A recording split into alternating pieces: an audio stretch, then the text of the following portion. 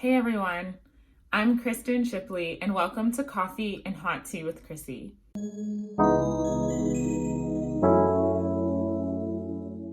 This episode today is really special to me because in this episode I want to talk about something that's really difficult. And I know this year has been a hard time for us all. I want to talk today about grief and about our loved ones and how we can celebrate them and also just how we're getting through this time.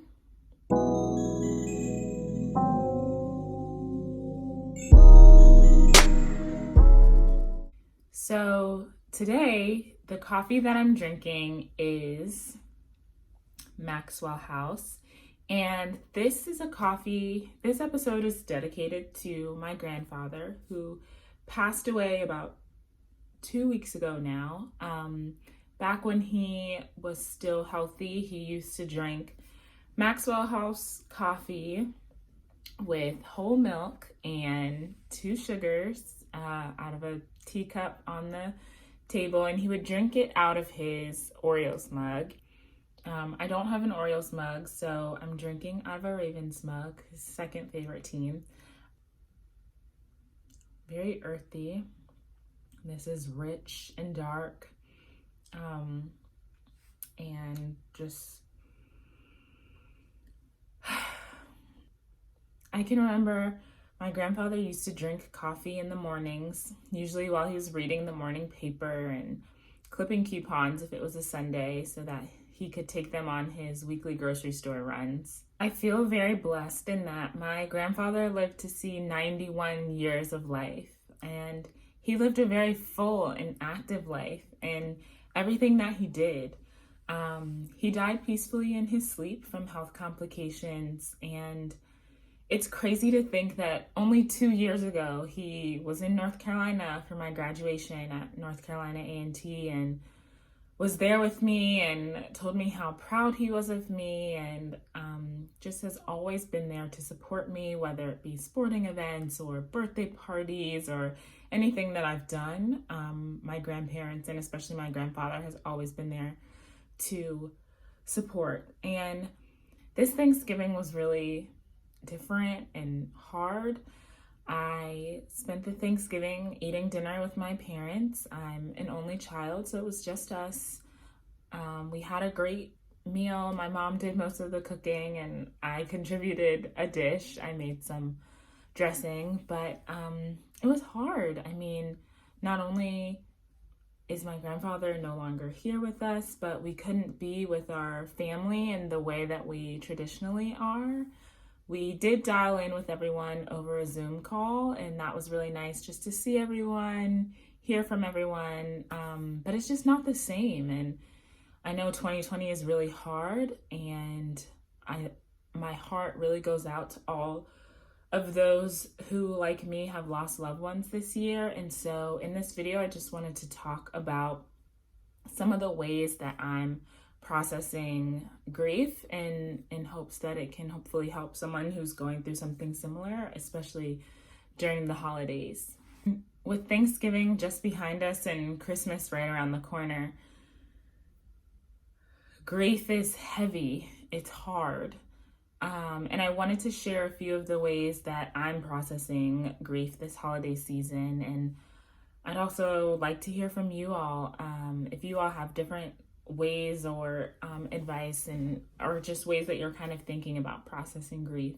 And so the first one for me that's been really helpful is just sharing those happy memories. I think sometimes remembering the best of times helps us to get through the worst of times. And so after the passing of my grandfather, my cousins and I and aunts and uncles, we all sat around the room just remembering the good times and all of the memories that we had with him. And some that particularly stand out for me is that my grandfather was really good with his hands. He was a machinist at Westinghouse Electric Company.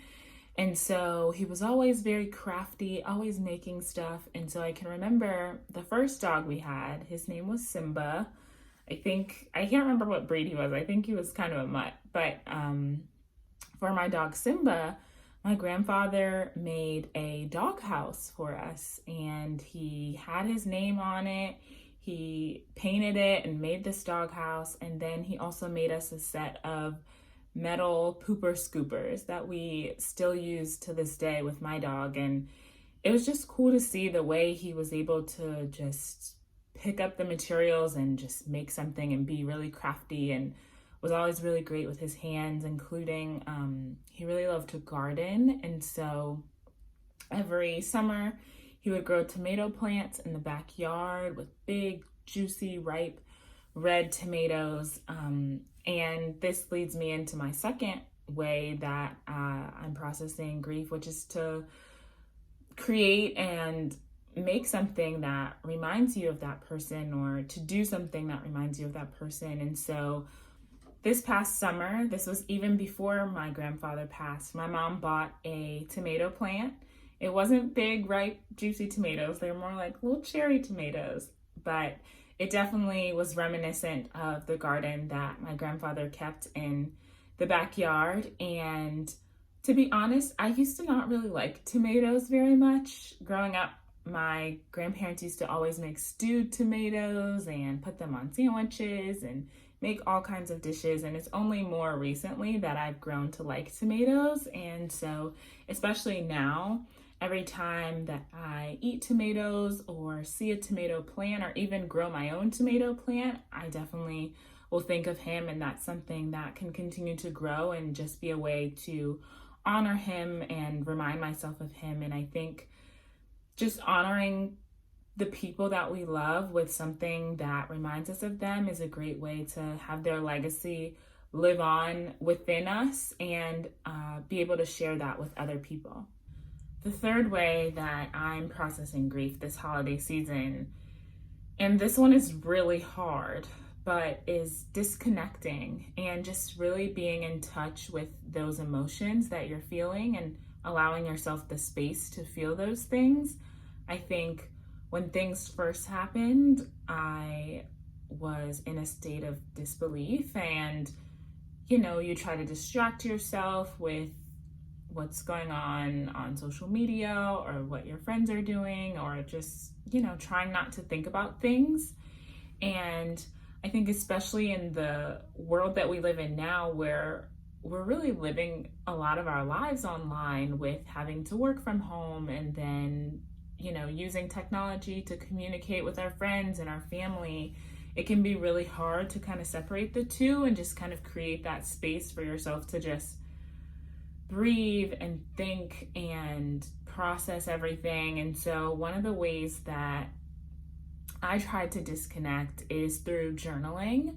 And I think I'll do another video on journaling, because there's just so many amazing things I can say about it and the impact that it's had on me. But I think being able to just write out my thoughts, to be able to capture the memories, being able to look back on those, and just kind of like sitting with everything and just kind of processing and letting myself feel is really important. My grandfather passed away on a Thursday, and so I had already taken that Friday off, and then I took that Monday off. But even going back to work on Tuesday, I was very much out of it. I felt uninspired, unmotivated, just out of it. And the next week, I took the whole week off. That was the week of the funeral. I signed out. I made sure my projects were in a good spot for me to just take off and not have to worry about anything. And that time was really valuable for me. I did a lot of journaling. I got to spend a little bit of time with my family and just kind of do things for me that made me feel good and to help me process everything. And I think just having that time is so important, especially in this fast-paced world that we live in. It can be so easy to just get caught up in the swirl of everything that's going on. And so being able to just take some time to disconnect, I found to be really helpful for me. The ways that I'm processing grief this holiday season: sharing happy memories, honoring the people that I love with something that reminds me of them, and disconnecting, they're all helpful, but they're not the only ways we process. And I think, especially during this time and in a year like this one, we're gonna have our ups and downs. We're gonna have our good days and our bad days. There are gonna be days that hit us more than others. There are going to be certain things that trigger us and remind us of the people that we love, that we've lost. And I just want to encourage everyone out there to feel what you need to feel, process the way that you need to process, give yourself grace. Not every day is going to be an easy day. Not every day you're going to be at 100%. I think this year especially, some days we're at 75%, some days we're at 50%, and I think that's okay. We're gonna have those days, and being able to give ourselves grace when we have those days, I think, is really important this holiday season. And so again, I just want to give my deepest sympathies, my deepest condolences to everyone out there who's lost a loved one this year or any year, and who just are having a difficult time this holiday season. I think as much joy as the holidays bring, there's also a sense of sadness for the people who are missing that, should really be there. And so just wanted to take the time out to make this video, to let you all know some of the ways that I'm processing, and also to hear from you how you're processing this holiday season. And be blessed and happy holidays. So throughout this video, I talked a lot about my grandfather who recently passed away. And so I wanted to read for you all a little bit of his obituary so that you can get a feel for the type of man he was and the impact that he had on my life. William James Steptoe Sr. was born on March 27, 1929, to the late Lottie Blackwell Steptoe and Lucius Steptoe in Burgess, Virginia. William, affectionately known as Bill, was devoted to his family, his country, and his God. In 1951, Bill enlisted in the United States Army and served his country during the Korean War. He was honorably discharged from the Army in 1960. On September 4th, 1955, he married the love of his life, Frances Genevieve Nickens. In the early years of their marriage, they loved to dance and to attend cabarets. They also enjoyed entertaining family and friends in their home, and their love for each other was evident by their inseparable bond. They rarely spent time apart and often traveled together. They embodied their marriage vows and stood by each other for better, for worse, for richer, for poor, in sickness and in health, and to cherish till death do us part. On September 4th of 2020, they celebrated 65 years of marriage. In the early years of his marriage, he worked as a janitor and drove a cab until he was hired at Westinghouse Electric Corporation as a machinist. He retired in 1995 from Westinghouse after 42 years of service. He exhibited unconditional love and devotion to his children and grandchildren, attending academic presentations, athletic events like baseball, basketball, volleyball, badminton, tennis, football games, recitals, and celebrations and graduations at all levels. He spent hours clipping coupons to find savings and loved making various trips to the grocery store to find the best deals. Even when he was unable to get around well, he still clipped coupons to help others save money. Family meant the world to Bill.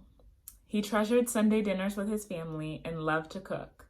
He even obtained his beloved Aunt Ernestine Blackwell Carter's fruitcake recipe, purchasing special ingredients and drying it for weeks.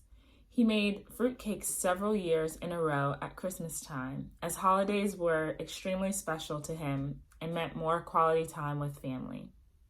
In his spare time, he loved to go fishing. He often rode to the eastern shore, chartering a boat to fish with his sons, sons-in-law, nephews, friends, and close co-worker, Mr. Dorsey. Fishing gave him the opportunity to bond with the men in his life, and he loved to connect with nature. I want to celebrate the strong, quiet, quick-witted, wise man that my grandfather was, and the tremendous legacy that he leaves behind in his service to his God, his country, his wife, and his family. Love you forever and always, Pop-Pop, and I know that you're watching over me from above.